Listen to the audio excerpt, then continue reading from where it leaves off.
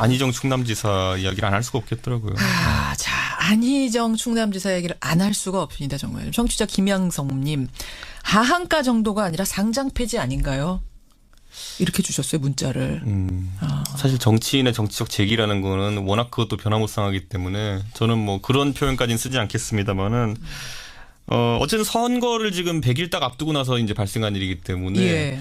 선거 변수가 될 수 있겠다라는 생각과 더불어서 정치적으로 볼 때는. 그것 때문에 이제 민주당이 더 이제 강력하게 나오고 있는 거 아니냐. 사실 누가 봐도 안희정 지사는 지난 경선의 성적만 보더라도 가장 유력한 여권의 차기 대권 주자였거든요. 물론이죠. 그런데 바로 이제 언론 보도가 있은 지 1시간여 만에 이제 제명 조치를 출당 결정. 이게 굉장히 전격적인 조치입니다. 지금까지 우리 살펴보면은 이런 일이 발생한다 하더라도 최소한 이제 그 제기된 의혹 당사자의 소명까지는 이제 들어보는 절차가 보통 있는데 물론 이번에도 그런 절차를 사후적으로 밟긴 하겠지만은 선언적으로 이제 언론에 발표한 게 뭐냐면 제명 및 출당 조치하겠다라는 거였거든요. 저는 윤당이 이번 사태를 심각하게 인식하고 있다는 건 처음 알 수 있겠고요. 얼마나 심각하게 보면 그렇게. 둘째는 다른 미투 사건과 좀 다르게 뭐냐면은 굉장히 근접한 시점, 한 일주일 전까지도 그 피해자가 피해를 당한 사실이 있다는 것 때문에 처음부터 애초에 나올 때부터 보통 이제 미투 사건의 보통 해명이 뭐냐면은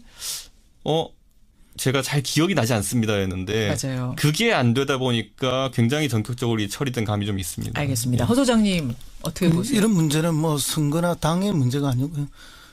결국 그 인간 본성에 대한 어떤 질타를 할 수밖에 없는 것이기 때문에 안희정 지사가 뭐 전적으로 책임져야 될 문제고 당도 뭐 이렇게 감사하거나 그래야 할 이유가 전혀 없는 거죠. 여기에는 뭐 어떤 그 없이 원칙적으로 대응하는 것이 맞다. 그렇게 봅니다. 그럼 이제 새벽 무렵에 뭐 지사직 사퇴 이야기가 나왔다 하는데요.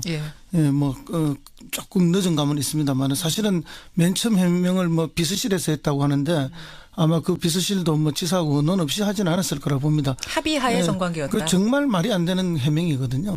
그래서 지사직 사퇴와 뭐 정계 은퇴는 너무나 당연한 수순이다. 너무나 당연한 수순. 그럼 아까 청취자 한 분이 이거 상장 폐지될 정도 아니냐라는 것에 동의하세요? 정치인으로서 상장 폐지. 폐지죠. 폐지입니까?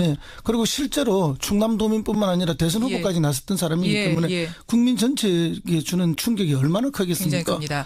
자, 그러면 본인만 폐지입니까? 지방선거에까지 큰 영향을 줄 수 있을 것이 아직도 사실은 상당히 남았는데 아까 이준석 위원장은 줄 거다. 허 소장님은 냉정히 어떻게 보세요? 줄 거라고 봅니다.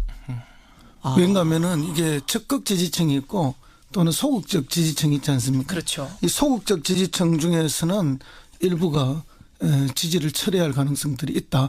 물론 안희정이라는 개인의 일이긴 하지만 그가 소속됐던 당에 대한 이미지까지도 흐려지는 것은 분명하기 때문에 문제는 이제 당에서 신속하게 대처했다고 하지만 이 신속하게 대처한다고 해서 그 뭐 흔적이 완전히 없어지는 것이 아니지 않습니까? 말하자면 뽑을까 말까 망설이던 사람들, 그러니까 민주당에 표를 줄까 말까 망설이던 사람들이나 이제 뭐 저쪽으로 주고 싶은데 딱히 또 저쪽도 마음에 들지 않았던 사람들한테 민주당을 뽑지 않아도 될 명분 같은 걸 그렇죠. 제공한 거다. 핑계가 생기는 거죠. 심리적 핑계가 생겼다. 저는 그런데 이제 그 표가 떠날 거다. 이 전략이 또 하나 흔들리는 게 뭐냐면요. 보통 선거에 나가는 사람들은 현재 살아있는 권력과 차기 권력에 어느 정도 좀 기대려는 성향이 있습니다. 그렇기 때문에 내가 차기 권력과 친하다 또는 지금의 어쨌든 대통령 집권하시는 대통령과 친하다라는 친분을 강조하기 위해서 미리 준비해놓은 경우가 많거든요. 지금 당장 제가 참 언급하게 돼서 참 죄송하고 친한 분이지만은 박수현 지사 같은 경우에 박수현 전 청와대 대변인 누가 봐도 대통령과도 아주 친밀한 관계이고 안 지사와도 정치적 동반자 관계라고 이제 하셨는데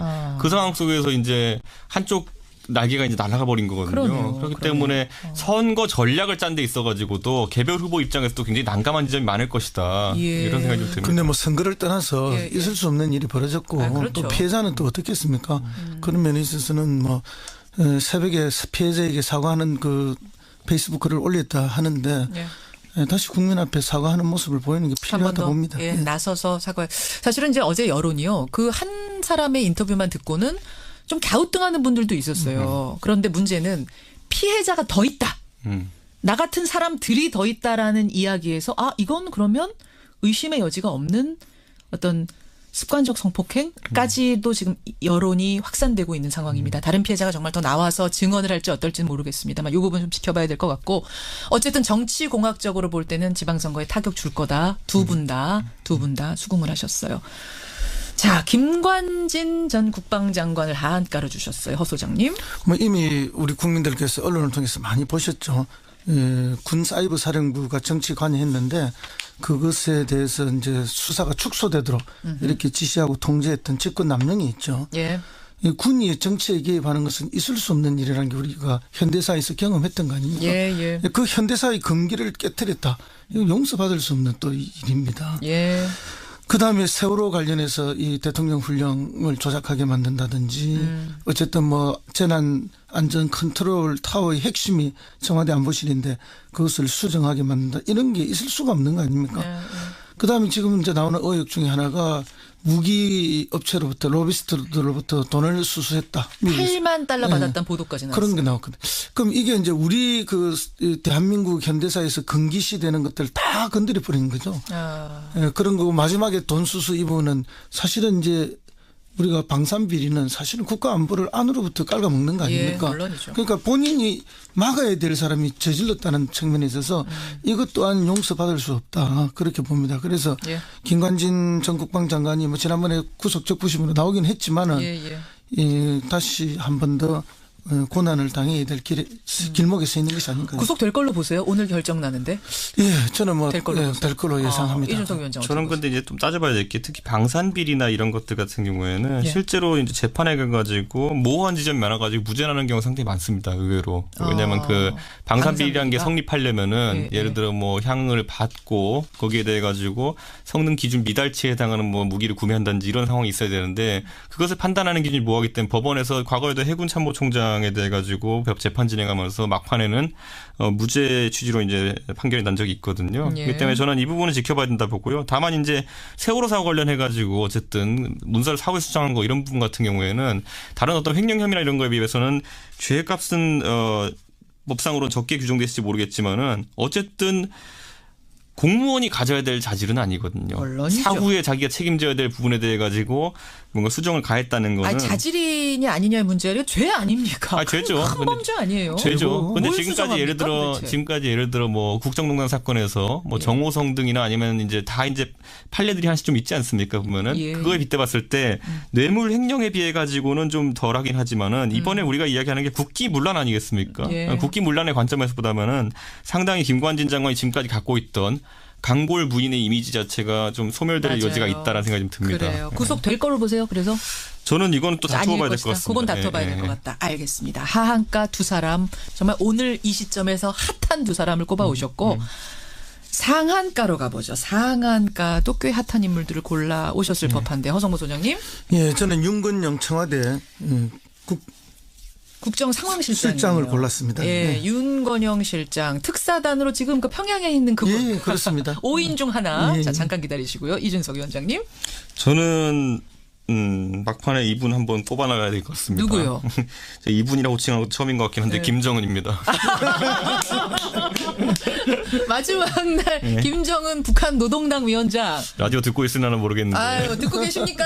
아주 바빠가지고 특사단 만나. 자유의 소리 시겠습니다. 이렇게 특사단 만느냐 바빠서 오늘 아침에 못 들을 것 같은데 일단 윤건영 실장. 아니 저 특사단 대표는 윤건영 실장 아니잖아요. 그렇습니다. 근데 왜 윤건영 실장 꼽아오셨어요? 윤건영 실장이 포함되자마자 많은 언론과 국민들이 관심을 보이기 시작했죠. 왜 윤건영이야? 그렇죠. 그러니까 이제 청와대에서 정영 안보실장이 특사단 대표를 맡았는데 윤건영 국정상황실장이 또 한 명 더 끼었어요. 맞아요. 그건 뭔가 하면은 이번 그 남북의 특사단이나 교류나 이렇게 접촉의 핵심에 청와대가 깊게 전격적으로 관여하고 있다는 것을 보여주고 있는 것이고. 왜요? 윤건영이라는 인물이 어떤 사람이길래? 윤건영은 어쨌든 뭐 참여정부 5년 내내 청와대에서 정무파트에서 일을 했습니다.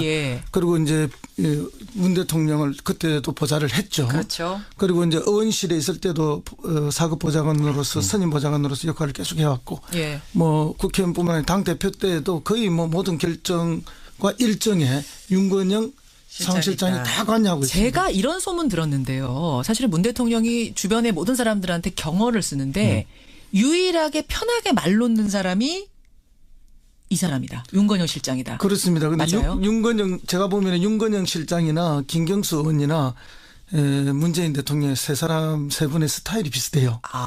차분하고 조용하고 침착하고 뭐 어떤 특별한 상황이 발생한다 해도 흥분하거나 목소리가 달라지는 경우가 없고 이제 이 두 사람에 대해서는 대통령의 신뢰가 특별히 높고 저는 윤건영 실장하고는 그냥 일화가 하나 있는 게 제가 그 문재인 대통령께 긴급히 그 당시에 의원 시절에 연락을 드릴 일이 하나 있어가지고 제가 주변에 갑자기 연락처를 물색했어요. 누구한테 이야기하면 가장 빠르냐? 그랬더니만은 윤건영 그 당시 비서관이었던가요? 전화번호를 주면서 여기 전화번호 하면 직통이다.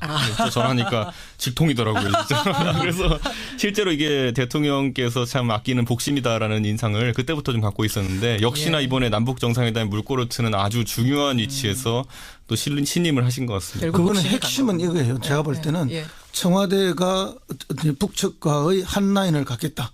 거기에 한 라인의 청와대 측 핵심이 윤건영이다. 저는 그렇게 보는 마치 거죠. 김여정이 왔듯이 그렇습니다. 윤건영이 간 것이다. 그럼 이제 사회주의 국가에 있어서의 핵심은 그 서기국이거든요. 당의 서기국이 핵심입니다. 그럼 다 그쪽에 북쪽의 노동당 서기국과 청와대 비서실의 윤건영 사이에 일종의 이제 핵심 실무 라인들끼리 한 라인이 만들어진다.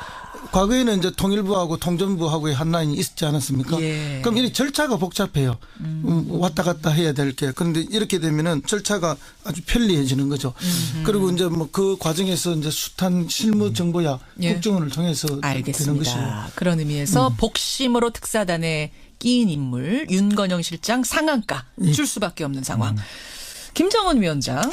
네, 뭐 제가 김정은을 좋아해서 이렇게 했겠습니까? 김정은이 이번에는 외교적으로 전략적 성과를 좀 내고 있다라는 그러니까 북한 관점에서 봤을 때 뭐 그런 입장을 얘기하는 건데 사실 미국의 강력한 압박이 지금 이제 들어가고 있기 때문에 북한의 선택지가 상당히 좁은 상황이었는데 어쨌든 평창 올림픽 때 전격적으로 이제 그들의 이제 특사단을 파견했기 때문에 이 단계까지 오게 된 것이고 지금 보면 문재인 대통령께서 어쨌든 우리 정의용 서훈 팀을 어쨌든 미국과 중국에도 파견해가지고 이제 북한의 어쨌든 그 유화적인 제스처를 이끌어내겠다고 이제 하는 상황이기 때문에 그러니까 오늘 특사단이 우리나라에 오는데 지금 정의용 서훈 두 분은 찍고 다시 미국 간다는 거잖아요. 그렇죠. 그런데 이제 아마 그 정당 대표 회담에 배석은 해야 될 테니까 며칠 걸릴지도 모르겠지만은 바로 간다는 의미가 뭐냐면요. 전 이렇게 받아들입니다.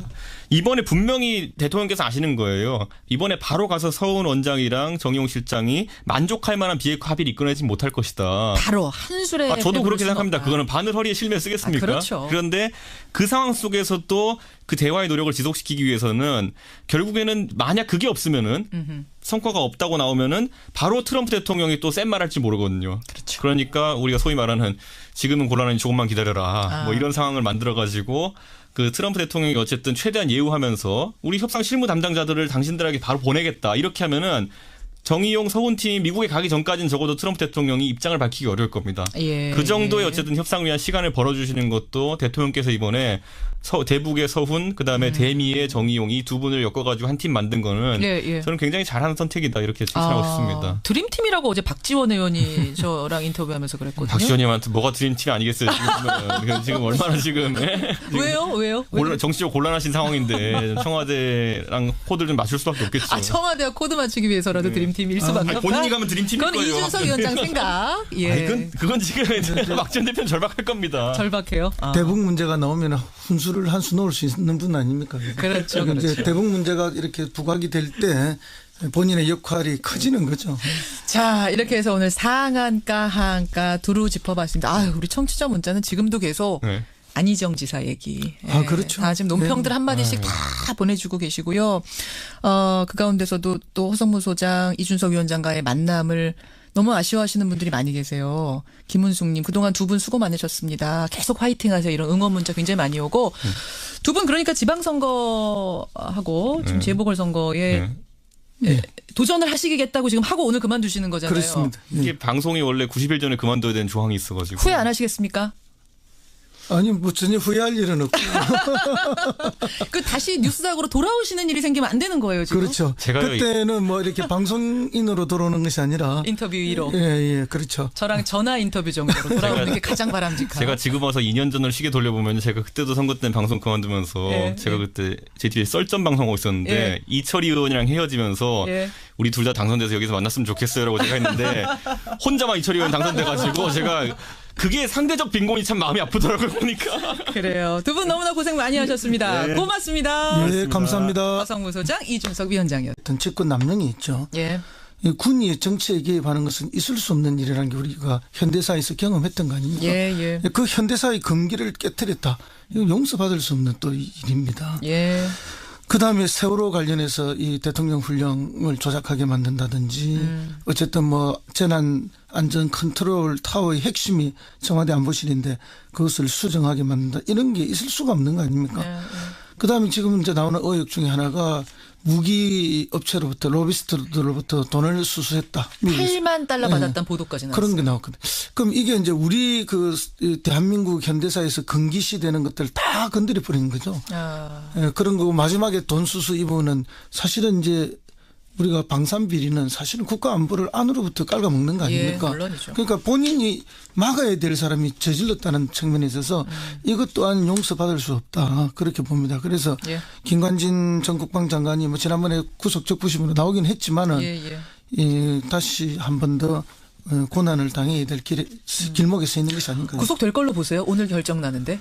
예, 저는 뭐 될 걸로 예상합니다. 이준석 위원장. 저는 근데 이제 좀 따져봐야 될 게 특히 방산비리나 이런 것들 같은 경우에는 실제로 이제 재판에 가가지고 모호한 지점이 많아가지고 무죄나는 경우 상당히 많습니다. 의외로. 왜냐하면 그 방산비리라는 게 성립하려면은 예를 들어 뭐 향을 받고 거기에 대해 가지고 성능 기준 미달치에 해당하는 뭐 무기를 구매한다든지 이런 상황이 있어야 되는데 그것을 판단하는 기준이 모호하기 때문에 법원에서 과거에도 해군 참모총장 에 대해 가지고 재판 진행하면서 막판에는 무죄 취지로 이제 판결이 난 적이 있거든요. 그렇기 때문에 저는 이 부분은 지켜봐야 된다 보고요. 다만 이제 세월호 사고 관련해 가지고 어쨌든 문서를 사후에 수정한 거 이런 부분 같은 경우에는 다른 어떤 횡령 혐의나 이런 거에 비해서는 죄값은 법상으로 적게 규정돼 있을지 모르겠지만은 어쨌든 공무원이 가져야 될 자질은 아니거든요. 물론이죠. 사후에 자기가 책임져야 될 부분에 대해 가지고 뭔가 수정을 가했다는 거는. 아니, 자질이냐 아니냐의 문제가 죄 아닙니까? 죄죠. 큰 범죄 아니에요. 죄죠. 근데 지금까지 예를 들어 뭐 국정농단 사건에서 뭐 정호성 등이나 아니면 이제 다 이제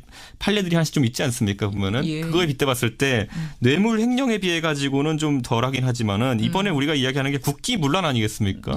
국기문란의 관점에서 보다면은 상당히 김관진 장관이 지금까지 갖고 있던 강골 부인의 이미지 자체가 좀 소멸될 여지가 있다라는 생각이 좀 듭니다. 그래요. 구속될 걸로 보세요. 그래서 저는 이건 또 다투어봐야 될 것 같습니다. 그건 다투어봐야 될 것 같다. 알겠습니다. 하한가 두 사람 정말 오늘 이 시점에서 핫한 두 사람을 꼽. 대통령께서 참 아끼는 복심이다라는 인상을 그때부터 좀 갖고 있었는데 역시나 이번에 남북 정상회담 물꼬를 트는 아주 중요한 위치에서 또 신임을 하신 것 같습니다. 그거는 핵심은 이거예요. 제가 볼 때는 청와대가 북측과의 한 라인을 갖겠다. 거기에 한 라인의 청와대 측 핵심이 윤건영이다. 저는 그렇게 보는 마치 거죠. 김여정이 왔듯이 그렇습니다. 윤건영이 간 것이다. 그럼 이제 사회주의 국가에 있어서의 핵심은 그 서기국이거든요. 당의 서기국이 핵심입니다. 그럼 다 그쪽에 북쪽의 노동당 서기국과 청와대 비서실의 윤건영 사이에 일종의 이제 핵심 실무 라인들끼리 한 라인이 만들어진다. 과거에는 이제 통일부하고 통전부하고의 한 라인이 있지 않았습니까? 그럼 이 절차가 복잡해요. 왔다 갔다 해야 될 게. 그런데 이렇게 되면은 절차가 아주 편리해지는 거죠. 그리고 이제 뭐 그 과정에서 이제 숱한 실무 정보야 국정원을 통해서 되는 것이에요. 그런 의미에서 복심으로 특사단에 끼인 인물 윤건영 실장 상한가 줄 수밖에 없는 상황. 김정은 위원장. 네, 뭐 제가 김정은을 좋아해서 이렇게 했겠습니까? 김정은이 이번에는 외교적으로 전략적 성과를 좀 내고 있다라는 그러니까 북한 관점에서 봤을 때 뭐 그런 입장을 얘기하는 건데 사실 미국의 강력한 압박이 지금 이제 들어가고 있기 때문에 북한의 선택지가 상당히 좁은 상황이었는데 어쨌든 평창 올림픽 때 전격적으로 이제 그들의 이제 특사단을 파견했기 때문에 이 단계까지 오게 된 것이고 지금 보면 문재인 대통령께서 어쨌든 우리 정의용 서훈 팀을 예. 어쨌든 미국과 중국에도 파견해가지고 이제 북한의 어쨌든 그 유화적인 제스처를 이끌어내겠다고 이제 하는 상황이기 때문에 그러니까 오늘 특사단이 우리나라에 오는데 네. 지금 정의용 서훈 두 분은 찍고 다시 미국 간다는 거잖아요. 그렇죠. 그런데 이제 아마 그 정당 대표 회담에 배석은 해야 될 테니까 며칠 걸릴지도 모르겠지만은 바로 간다는 의미가 뭐냐면요. 전 이렇게 받아들입니다. 이번에 분명히 대통령께서 아시는 거예요. 이번에 바로 가서 서훈 원장이랑 정의용 실장이 만족할 만한 비핵화 합의를 이끌어내지 못할 것이다. 바로 한술에 저도 그렇게 생각합니다. 그거는 바늘 허리에 실면 쓰겠습니까? 그렇죠. 그런데 그 상황 속에서 또 그 대화의 노력을 지속시키기 위해서는 결국에는 만약 그게 없으면은 성과가 없다고 나오면은 바로 트럼프 대통령이 또 센 말 할지 모르거든요. 그렇죠. 그러니까 우리가 소위 말하는 지금은 곤란하니 조금만 기다려라. 뭐 이런 상황을 만들어 가지고 그 트럼프 대통령이 어쨌든 최대한 예우하면서 우리 협상 실무 담당자들을 당신들에게 바로 보내겠다. 이렇게 하면은 정의용 서훈팀이 미국에 가기 전까지는 적어도 트럼프 대통령이 입장을 밝히기 어려울 겁니다. 예, 그 정도의 어쨌든 협상을 위한 시간을 벌어주시는 것도 대통령께서 이번에 수 있을 것이 아직도 사실은 상당히 남았는데 아까 이준석 위원장은 줄 거다. 허 소장님은 냉정히 어떻게 보세요? 줄 거라고 봅니다. 왜냐하면은 이게 적극 지지층이 있고 또는 소극적 지지층이 있지 않습니까? 그렇죠. 이 소극적 지지층 중에서는 일부가 지지를 철회할 가능성들이 있다. 물론 안희정이라는 개인의 일이긴 하지만 예. 그가 소속됐던 당에 대한 이미지까지도 흐려지는 것은 분명하기 때문에 문제는 이제 당에서 신속하게 대처했다고 하지만 이 신속하게 대처한다고 해서 그 뭐 흔적이 완전히 없어지는 것이 아니지 않습니까? 말하자면 뽑을까 말까 망설이던 사람들, 그러니까 민주당에 표를 줄까 말까 망설이던 사람들이나 이제 뭐 저쪽으로 주고 싶은데 딱히 또 저쪽도 마음에 들지 않았던 사람들한테 민주당을 뽑지 않아도 될 명분 같은 걸 그렇죠. 제공한 거다. 핑계가 생기는 거죠. 심리적 핑계가 생겼다. 저는 그런데 이제 그 표가 떠날 거다. 이 전략이 또 하나 흔들리는 게 뭐냐면요. 보통 선거에 나가는 사람들은 현재 살아있는 권력과 차기 권력에 어느 정도 좀 기대려는 성향이 있습니다. 그렇기 때문에 내가 차기 권력과 친하다 또는 지금의 어쨌든 대통령 집권하시는 대통령과 친하다라는 친분을 강조하기 위해서 미리 준비해 놓은 경우가 많거든요. 지금 당장 우리 제가 참 언급하게 돼서 참 죄송하고 친한 분이지만은 박수현 지사 같은 경우에 박수현 전 청와대 대변인 누가 봐도 대통령과도 아주 친밀한 관계이고 안 지사와도 정치적 동반자 관계라고 이제 하셨는데 그 상황 속에서 이제 한쪽 날개가 이제 날아가 버린 거거든요. 그렇기 때문에 선거 전략을 짠 데 있어가지고도 개별 후보 입장에서도 굉장히 난감한 지점이 많을 것이다. 이런 생각이 좀 듭니다. 근데 뭐 선거를 떠나서 있을 수 없는 일이 벌어졌고 그렇죠. 또 피해자는 또 어떻겠습니까? 그런 면에 있어서는 뭐 새벽에 피해자에게 사과하는 그 페이스북 글을 올렸다 하는데 다시 국민 앞에 사과하는 모습을 보이는 게 필요하다 봅니다. 나서서 사과. 사실은 이제 어제 여론이요. 그 한 사람의 인터뷰만 듣고는 좀 갸우뚱하는 분들도 있었어요. 그런데 문제는 피해자가 더 있다. 나 같은 사람들이 더 있다라는 이야기에서 이건 그러면 의심의 여지가 없는 어떤 습관적 성폭행까지도 지금 여론이 확산되고 있는 상황입니다. 다른 피해자가 정말 더 나와서 증언을 할지 어떨지는 모르겠습니다만 이 부분 좀 지켜봐야 될 것 같고 어쨌든 정치공학적으로 볼 때는 지방선거에 타격 줄 거다. 두 분 다 수긍을 하셨어요. 자, 김관진 전 국방장관을 하한가로 주셨어요. 허 소장님. 뭐 이미 우리 국민들께서 언론을 통해서 많이 보셨죠. 군 사이버 사령부가 정치 관여했는데 그것에 대해서 이제 수사가 축소되도록 이렇게 지시하고 통제해 오셨고 상한가로 가보죠. 상한가도 꽤 핫한 인물들을 골라 오셨을 법한데 허성모 소장님. 예, 저는 윤건영 청와대 국정상황실장을 골랐습니다. 예, 윤건영 실장 특사단으로 지금 그 평양에 있는 그분. 예, 그렇습니다. 5인 중 하나. 자, 잠깐 기다리시고요. 이준석 위원장님. 저는 막판에 이분 한번 뽑아나가야 될 것 같습니다. 누구요? 이분이라고 칭하는 것도 처음인 것 같긴 한데 김정은입니다. 마지막 날 김정은 북한 노동당 위원장. 라디오 듣고 있으려나 모르겠는데. 아유, 듣고 계십니까? 아주 바빠가지고 특사단 만나. 자유의 소리 시겠습니다. 이렇게. 특사단 만나냐 바빠서 오늘 아침에 못 들을 것 같은데.